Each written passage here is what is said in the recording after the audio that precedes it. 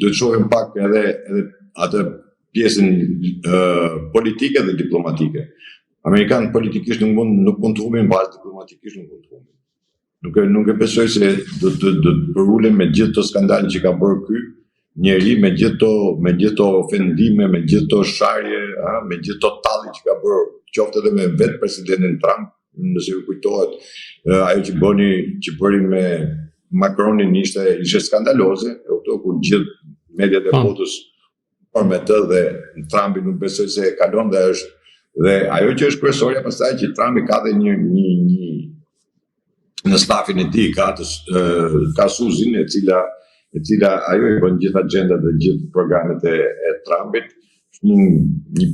Një njeriu më i afërt i krahut djathtë, themi sot Suzi është krahut djathtë i Trumpit. Pavarësisht nga pozicioni që është shef e kabinetit, po ajo është krahut djathtë i Trumpit dhe është një nga antikomunistët më të mëdhaja, themi, sepse e ka hequr në korrizin e saj atë komunizmin, kështu që njeh mirë ajo se si luhet loja dhe ajo ka qenë pengesa kryesore e Ramës për mos me taku apo mos me pas asnjë lloj komunikimi qoftë edhe me shikimin e Trumpit. Kështu që them që pavarësisht nga loja që ky do bëj dhe do mundohet ta bëj, një gjë që unë e kam paralajmëruar tash unë kur kam thënë që ky do bëj do mundohet ta marrë pushtetin me çdo çmim, pikërisht kjo ka qenë. Domethënë ajo thënia ime për sa i përket Ramës. Por tash është ajo qoftë dosja me Konigale e hapur, qoftë edhe Sinaloa, që implikojnë direkt me sigurinë e Amerikës, nuk është puna vetëm siguria kombëtare, por një nga gjërat pastaj që prapë ngelemi aty ku dhëm më tepër, pavarësisht është aksi një, por gjëja më kryesore që dhe më shumë pastaj që Amerika është e përfshirë totalisht, mos harrojmë se jemi vendi i NATO-s, dhe është Porti i Durrësit. Porti i Durrësit është ai që unë ja kam thënë do t'i haj kokën të gjithëve. Dhe kur them të gjithë pa përjashtim të asnjëri, sepse janë në Port Durrësit janë bërë shumë pisligje, janë shumë afera në Port Durrësit, janë shumë manovrime që janë bërë në Port Durrësit dhe janë të përfshirë të gjithë, pa përjashtim. Të gjithë janë prandaj edhe nuk e përmenin shumë Portin e Durrësit, pa e bënë një deklaratë kalimtare. Vetëm për të mbetur te Porti i Durrësit duhet të theksoj që Porti i Durrësit në vitet e kaluara ka qenë pothuajse lajm jo i përditshëm, por një herë në javë të paktën do të kishte një lajm në Portin e Durrësit që do të kapeshin qoftë drog, qoftë kokainë apo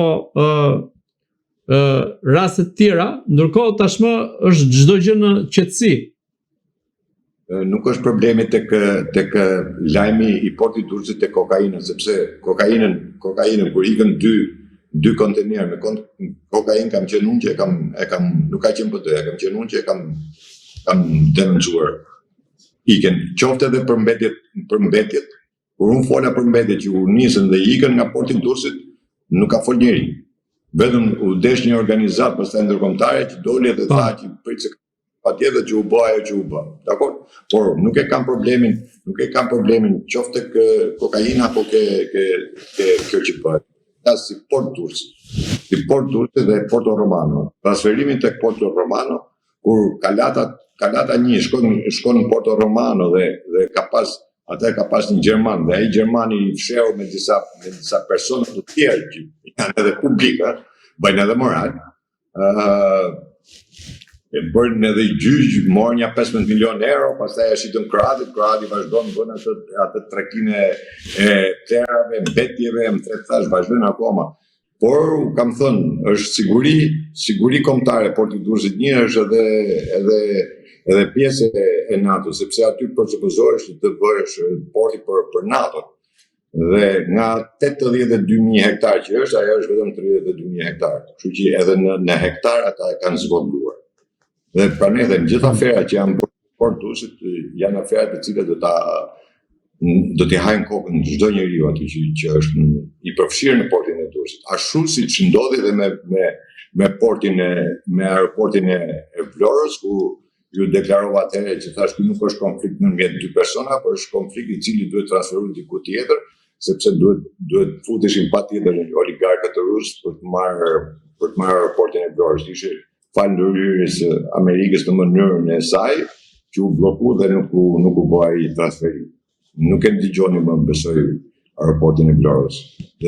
Apo tunelin e Llogaras për cilët gjithë bërtasin dhe çuditërisht opozita nuk ka ngritur një herë zërin dhe thotë ai tunel duhet bllokuar jo vetëm për aferën që është bërë, por sepse nuk ka certifikat sigurie dhe nga aty kalojnë të gjithë njerëzit.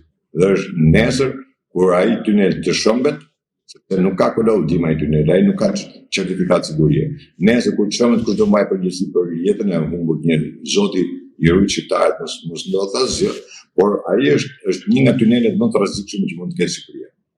Zoti Merkoçi, si e komentoni skandalin e fundit të Akshit, përfshirë këtu edhe rastin e Ergys Agasit, i cili tashmë është në kërkim nga Spaku dhe ku kanë dalë afera të tjera për shantazhe, rrëmbime, biznesmenësh dhe ky i fundit i kishte filmuar të gjithë zyrtarët e Ramës, qofshin ministra, qofshin drejtor, por e deputet që shkonin e takonin në zyrat e tij në blok. Dëgjoj, unë prapë ngul këmbë tek pjesa e asaj që është Rama që komandon. Është Rama i cili i jep gjithë direktivat dhe unë pranaj e kam qytë mafia në shtetë. Dhe këtu dalim tash tek ajo mafia shtetë që unë ju them. Prandaj them, kur ti lën në dorë sigurinë kombëtare, pra kur ty të ka ikë siguria kombëtare, Akshi është siguri kombëtare sepse aty janë të gjithë dhënat, të gjithë materialet. Aty bëhen të gjitha. Domethënë, edhe kur këta luajtën në atë kohë, luajtën rolin që thanë na sulmun iranian, ti thash kjo është lojë, sepse ata donin që në momentin që donin ata të kalonin persona apo të futishin persona në Shqipëri të pa identifikuar, dhe një nga persona që është futur në atë kohë në Shqipëri i pa identifikuar është kryemafiozi italian, që sot është dërzu drejtësisë italiane dhe prokurori i Italisë i Puljas e ka deklaruar dhe ka thënë që ai ishte në Shqipëri, nuk u deklaruar, nuk dihet kush e ka shoqëruar dhe ai është personi që është marrë në Itali me ndërtime, me tunele, me ura, me këtë, me atë dhe është për pastrim para. Dhe këta nuk e kanë deklaruar fare.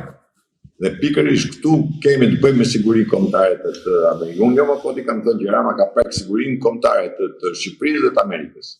Sepse jemi vendi i NATO dhe gjithë informacionet që merren dhe jepen dhe bëhen në këtë lloj forme. Dhe ai loja me iranianët ishte loja për të bërë ato tendrat, për të marrë ato tendrat, për të marrë ato shumat e parave dhe për të shit edhe informacione, se këta i kanë shit vetë informacione. Nuk ka këtu se çfarë thonë këta. Këta domethënë bëjnë vetëm propagandën, e kupton, dhe i mbushin njerëzit me propagandë.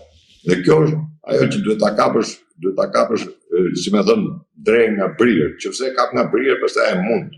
Po pa e kapë nga bishi nuk e për ta mundur kurrë. Dhe këta e kanë kapë nga bishti. Opozita kërkon ta kapi drejt nga bishti dhe nuk e kanë ngritur një herë zërin pikërisht për këto. Thash, unë nuk e kam një gjuhë ndonjëherë që si është e mundur që presidenti i Republikës nuk prononcohet për asgjë. Absolutisht asgjë. Kanë ndodhur gjithë këto skandale, keni pa në deklaratë presidentit të Republikës absolutisht. Po si është e mundur? Si është e mundur që ndodhin ato skena në parlament? Për çfarë ndodhin ato skena në parlament? Pse duhet ndodhin ato skena? Kush është arsyeja? Kush është motivi?